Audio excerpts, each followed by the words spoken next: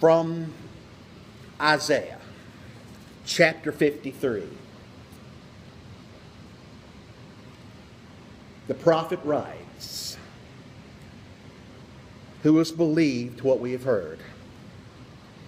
And to whom has the arm of the Lord been revealed? For he grew up before him like a young plant, and like a root out of dry ground. He had no form or majesty that we should look at him, nothing in his appearance that we should desire him. He was despised and rejected by others, a man of suffering and acquainted with infirmity. And as from one from whom others hide their faces, he was despised, and we held of him no account. Surely he has bore our infirmities and carried our diseases. Yet we accounted him stricken, struck down by God, and afflicted. But he was wounded for our transgressions, crushed for our iniquities. Upon him was the punishment that made us whole, and by his bruises we are healed. All we like sheep have gone astray. We have all turned to our own way, and the Lord has laid on him the iniquity of us all. He was oppressed and afflicted, yet he did not open his mouth. Like a lamb that is led to the slaughter, and like a sheep that before its shearers is silent, so he did not open his mouth."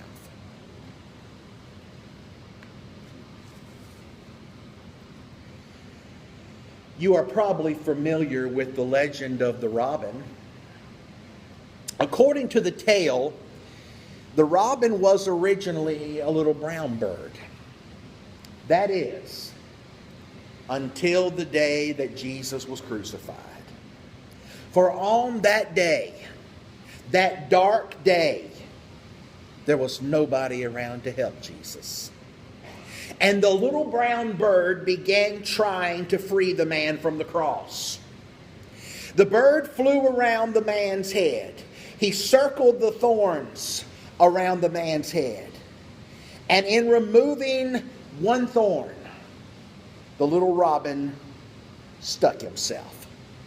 And diving back and forth to the nails and to the thorns on the man's head, the little robin got its breast all red with blood. And since then, he has been known as the bird with the red breast. Now, it's just a story, it's just a legend, but it reminds us of the significance of this season. It reminds us just how bloody, just how ugly, just how much torture Jesus faced on the cross. You heard the words from Isaiah. He was wounded for our transgressions. He was bruised for our iniquities. The chastisement of our peace was placed upon him. And it's the wounds that he had that heals us. And when we come to this season, the question always comes to mind: why?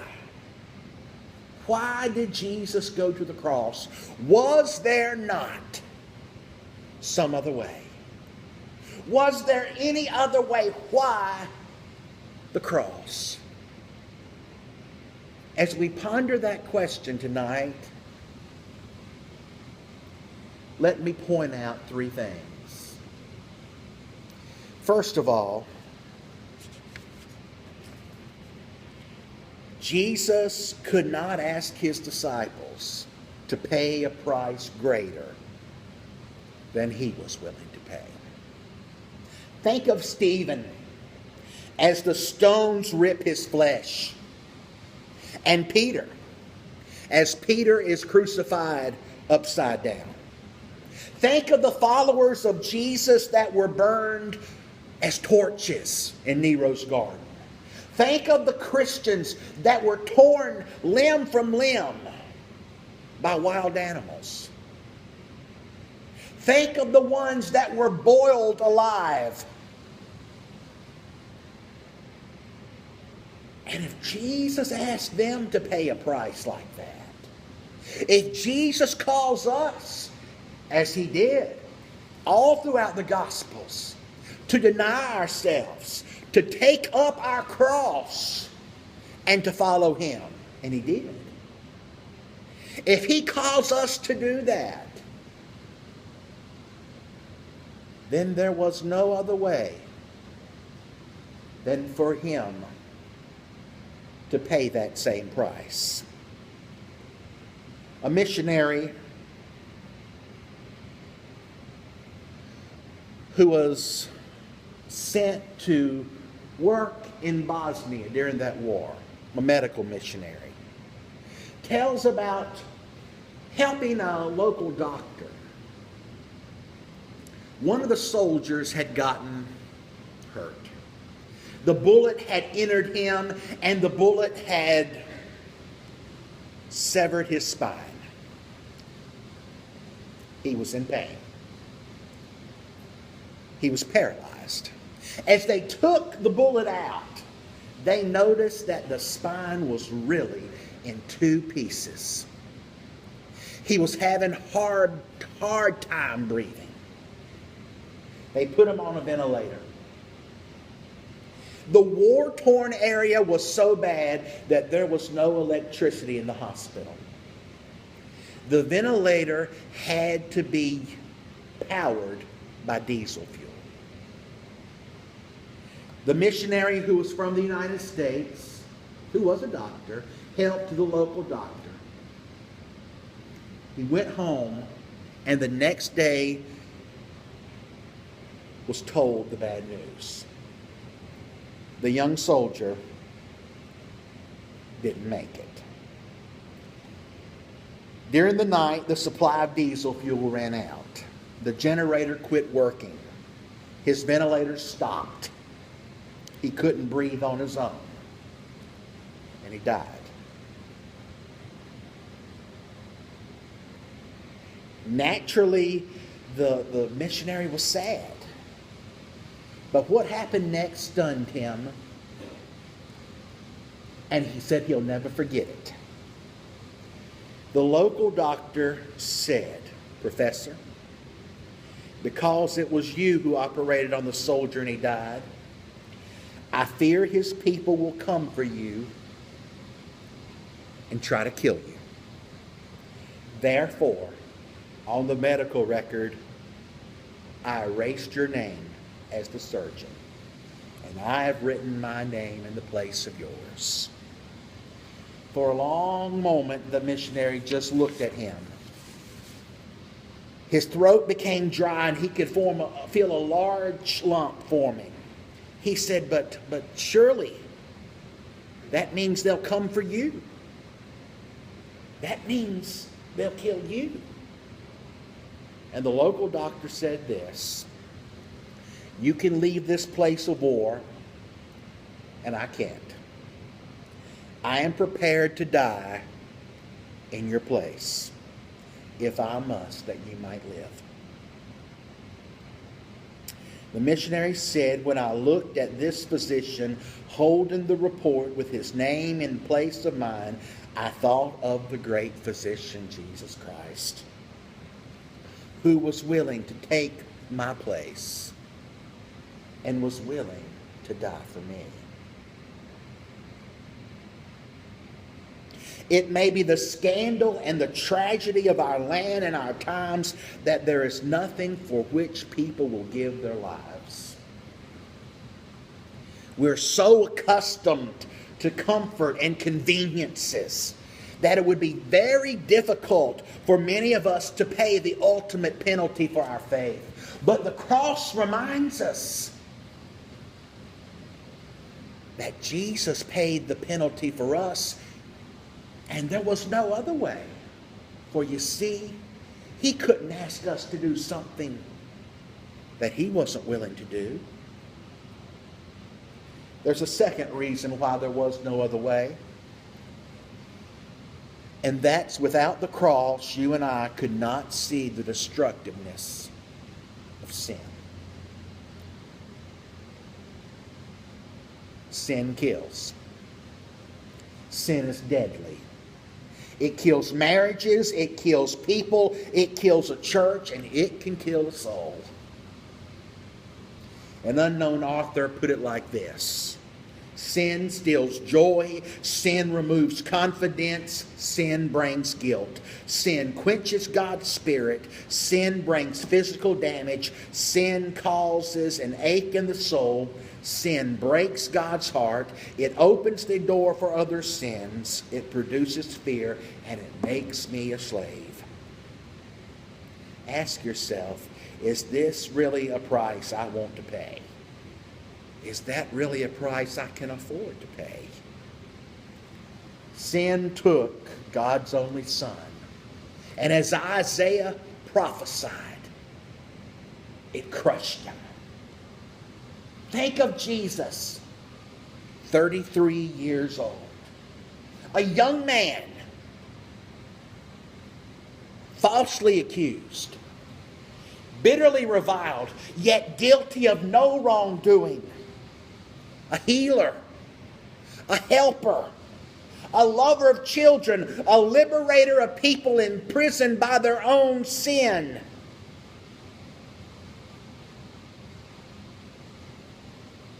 A man who knew God so intimately that he could call him Abba, Daddy. And yet he never lost his concern for the least and the lowliest. Yet he hangs on the cross of Calvary, and it was sin, that put him to death. Was there no other way than the cross? No. Because Jesus could not ask us to pay a price he was willing, that he wasn't willing to pay. Because the cross tells us the seriousness of sin. And one final thing. There was no other way for God to show the depth and the width of his love except by the gift of his Son. John puts it like this: in this is love, that we loved God, not, but that he loved us and gave his Son to provide for us the forgiveness of sins. Corrie ten Boom puts it this way: in the forest fire there is one place where the fire cannot reach. It is the place where the fire already burned itself out. Calvary is the place where the fire of God's judgment against sin burned itself out completely. It is there that we are safe. For on the cross, God showed us what love was. All throughout Jesus' ministry, Jesus would say, if someone smacks you on your right cheek, turn the other. If someone asks you to walk a mile, walk two. If someone asks for your cloak, give them your shirt too. Don't just love your friends, Love your enemies. It's by your love that people will know you belong to me. Now, how could Jesus say those things if he did not show us an example of them? And Paul would write that while we were at war with God, while we were enemies with God, he sent his Son. And the one who knew no sin became sin. Why? That we might become the righteousness of God. Was there no other way than the cross? No. There was no other way. For Jesus could not ask us to pay a price he wasn't willing to pay. For without the cross, we would never know the price of sin. And without the cross, we would never know the depth and the width of his love.